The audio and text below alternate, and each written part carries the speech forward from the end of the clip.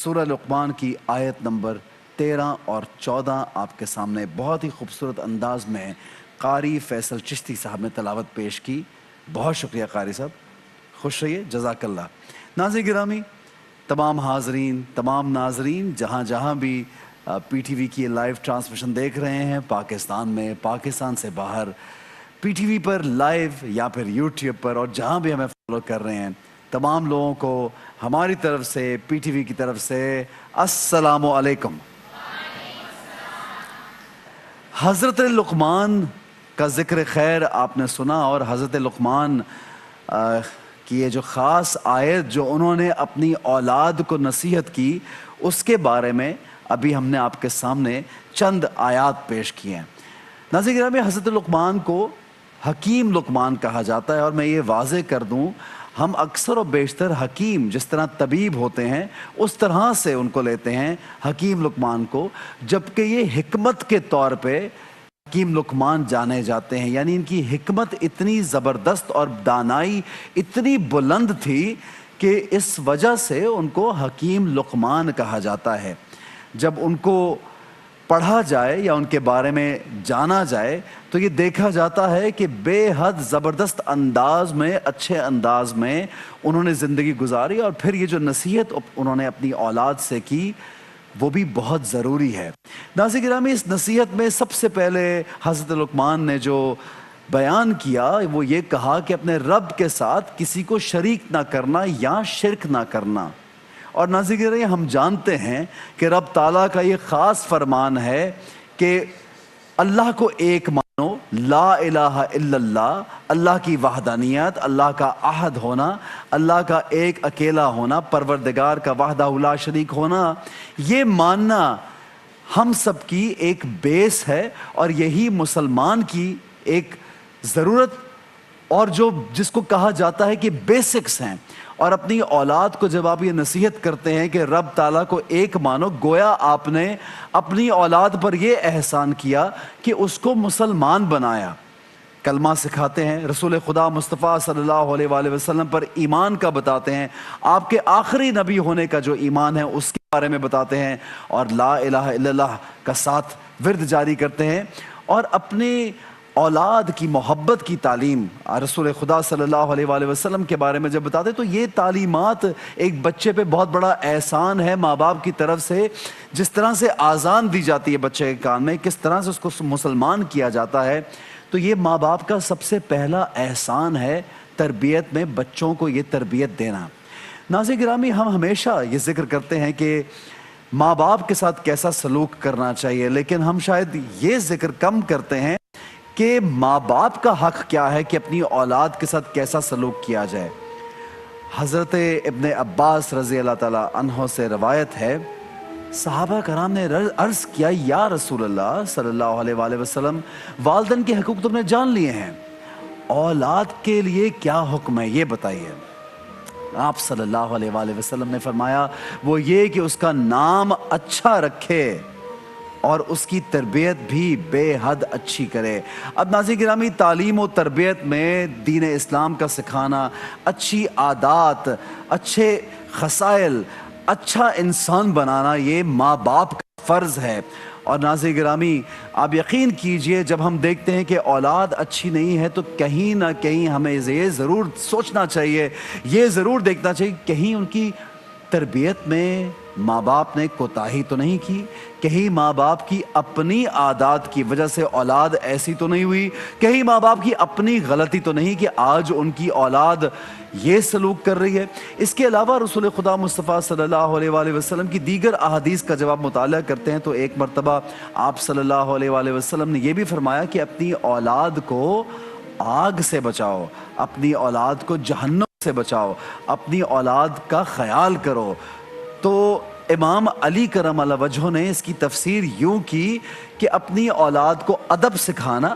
اور اپنی اولاد کو اچھی تعلیم و تربیت دینا ہی آقا صلی اللہ علیہ وآلہ وسلم کا یہ مقصد ہے, کیونکہ آگ سے آپ تبھی بچائیں گے جب اولاد اللہ کو ایک مانے گی, رسول خدا کو مانے گی, اور ایک اچھا انسان اور اچھا مسلمان بن کے اس دنیا سے گزر کے اگلے جہاں پہنچے گی. ایک اور روایت ہے کہ اپنی اولاد کو ادب سکھاؤ، قیامت والے دن تم سے تمہاری اولاد کے بارے میں باز پرس ہوگی، پوچھا جائے گا کہ تم نے اپنی اولاد کو کیا ادب سکھایا اور کس علم کی تعلیم دی۔ آج کل ناظرین گرامی ہم دیکھتے ہیں کہ دنیاوی تعلیم تو ہے ہی، اور بہت خوش ہوتے ہیں جب بچے ڈگری ہولڈر ہوتے ہیں۔ وہ ڈگری تو غالباً پیسہ کمانے کا ذریعہ ہے، یہ اللہ کو راضی کرنے کا ذریعہ تو ایک اچھا انسان بننے پر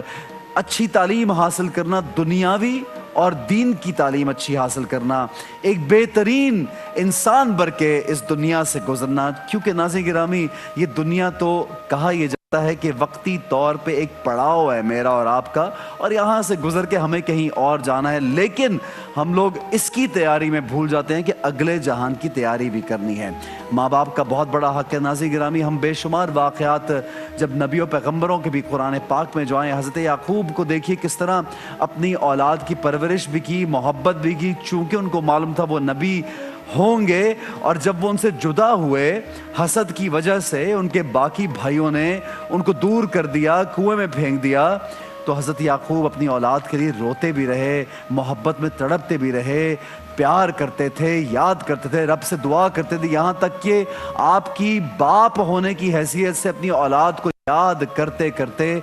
بینائی چلی گئی۔ یوسف علیہ السلام کا واقعہ ہم سب جانتے ہیں۔ اس کے برعکس نوح علیہ السلام کی اولاد کا بھی ذکر کیا گیا، جو کہ نوح علیہ السلام رب کی طرف پکارتے رہے، وحدانیت کی طرف پکارتے رہے، لا الہ الا اللہ کی تعلیم دیتے رہے، لیکن ان کی اولاد نافرمان ہوئی، اور رب تعالیٰ نے اس اولاد کو برا بھی کہا قرآن پاک میں، جو کہ اپنے باپ کی یعنی کہ نبی نوح کی بات نہیں جنہوں نے مانی۔ ناظرین گرامی اس طرح کے بے شمار ہمیں واقعات ملتے ہیں۔ رسول اللہ صلی اللہ علیہ وآلہ وسلم نے 3 چیزوں کی طرف بار بار توجہ دلائی ہے کہ اپنی اولاد کو جو ادب سکھاؤ گے اس میں سب سے پہلے اپنے نبی کی محبت کی تعلیم دو، اہل بیت کی محبت کی تعلیم دو، اور قرآن کی قرات کی تعلیم دو۔ اب ناظرین گرامی آپ دیکھیے ہمارے گھروں میں قرآن کی تعلیم دینا ایک باپ ایک ماں کے اوپر لازم ہے۔ رسول اللہ کی محبت دل میں ڈالنا ایک ماں ایک باپ کے لیے لازم ہے۔ اہل بیت کی محبت دل میں ڈالنا ایک ماں ایک باپ کے لیے لازم ہے، اس قدر لازم کہ اس کو تو ہمیں لازم و ملزوم ایک فرض سمجھنا چاہیے۔ اگر ہم اپنی اولاد کو ان چیزوں سے محروم رکھیں گے تو ناظرین گرامی صرف اولاد کا نقصان نہیں ہوگا، بلکہ وہ صدقہ جاریہ، چونکہ آپ کی اولاد صدقہ جاریہ ہوتی ہے، آپ جو اس دنیا میں چھوڑ کے جاتے ہیں،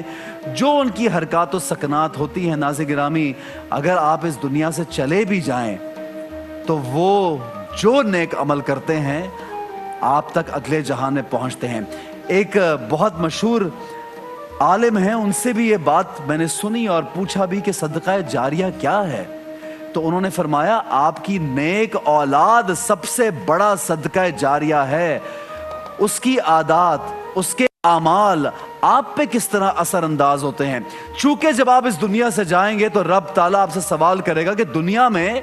کیسی اولاد چھوڑ کے آئے ہو۔ تو جو انسان شراب نوشی میں مشغول ہوگا، جو انسان شرک میں مشغول ہوگا، جو انسان برے کاموں میں مصروف ہوگا، جو انسان لوگوں کو ستائے گا، جو انسان یہاں پہ دنیا میں بربادی اور فساد پھیلائے گا، اس کا یقیناً گناہ جو ہے اس کے ماں باپ کو بھی جائے گا، اس وجہ سے کہ انہوں نے اپنی اولاد پر توجہ نہ دی،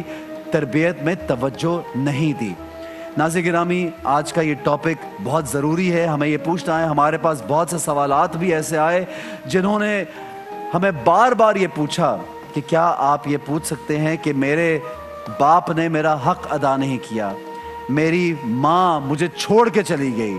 میرے باپ نے میرے ساتھ ظلم کیا، میری ماں نے دوسری اولاد کو زیادہ توجہ دی، مجھے توجہ نہیں دی۔ تو یہ تمام سوالات ماں باپ سے ضرور کیے جائیں گے۔ اور ایک مرتبہ تو رسول خدا صلی اللہ علیہ وآلہ وسلم کی ایک حدیث جو میری نظر سے گزری، اس کا مفہوم کچھ ایسے کہ اپنی اولاد میں برابری قائم کرو، یعنی اپنی اولاد میں برابری کا سلوک کرو۔ اور یہ بات آقا صلی اللہ علیہ وآلہ وسلم نے ناظرین گرامی 3 مرتبہ بار بار کہی اس حدیث میں، چونکہ ہم بہت مرتبہ دیکھتے ہیں آج کل یہ بھی دیکھا جاتا ہے کہ شاید بیٹے کو زیادہ پرائیورٹی دی جاتی ہے اور بیٹی کو تھوڑا دور رکھا جاتا ہے، بیٹی کی تعلیم پہ کم خرچہ کیا جاتا ہے، بیٹا چونکہ کما کے لائے گا گھر میں اس کی تعلیم پہ خرچہ، کھانا جب بنتا ہے تو بیٹوں کے آگے زیادہ بہتر کھانا، بیٹیوں کے آگے کم بہتر یا ان کو بعد میں، اور بہت مرتبہ جائیداد میں سے حصہ آپ دیکھتے نہیں دیا جاتا، زیادتی کی جاتی ہے۔ اس طرح کے بے شمار واقعات ناظرین گرامی آپ کو بار بار دکھائی دیتے نظر آتے ہیں، انہی کا آج ہم تذکرہ کریں گے۔ رسول اللہ صلی اللہ علیہ وآلہ وسلم نے یہ فرمایا، اپنی اولاد کے درمیان برابری کرو، اولاد کے درمیان برابری کرو، اولاد کے درمیان برابری کرو، جیسا میں نے کہا یہ 3 مرتبہ دہرایا۔ تو ناظرین گرامی، ماں باپ کے بہت حقوق ہیں۔ ہمارے پاس آڈینس میں کل بھی ایک خاتون بیٹھی، انہوں نے کہا ہمارے باپ نے ہمیں چھوڑ دیا، ہم کیا کریں؟ اس باپ کے لیے دعا کرنے کا بھی دل نہیں چاہتا۔ آج یہ واقعات کریں گے، یہی بات اس واقعات پہ ذکر کریں گے، یہی باتیں بھی کریں گے علماء کرام سے۔ اور ناظرین گرامی، یہ بہت امپورٹنٹ ٹاپک ہے، ہمیں یہ کہ رب کو اصل مقصد ہے کہ اللہ تعالیٰ کو کیسے راضی کرنا ہے۔